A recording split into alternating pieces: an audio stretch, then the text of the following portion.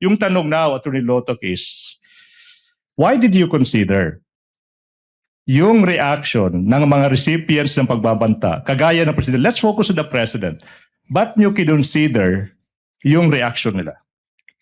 Well, we want to establish whether the recipient of those utterances felt intimidated by those statements, or did they took it serious and actual threat. Material ho sa amin yun, Your Honor, if only to establish the mens rea of Mens rea Yes, ng sir. krimen. Now, let's focus on the President. No, let's focus on the President. Ito yung premise now. Based on your investigation, no, what was your impression of the President based on his reaction? Was he intimidated? Well, yung opening statement ng presidente, ang sabi niya, nakakabahala ang mga narinig natin itong mga nakaraang araw. Ito'y isang kriminal na pagtatangka. Papalagan ko to. Yes, Your Honor.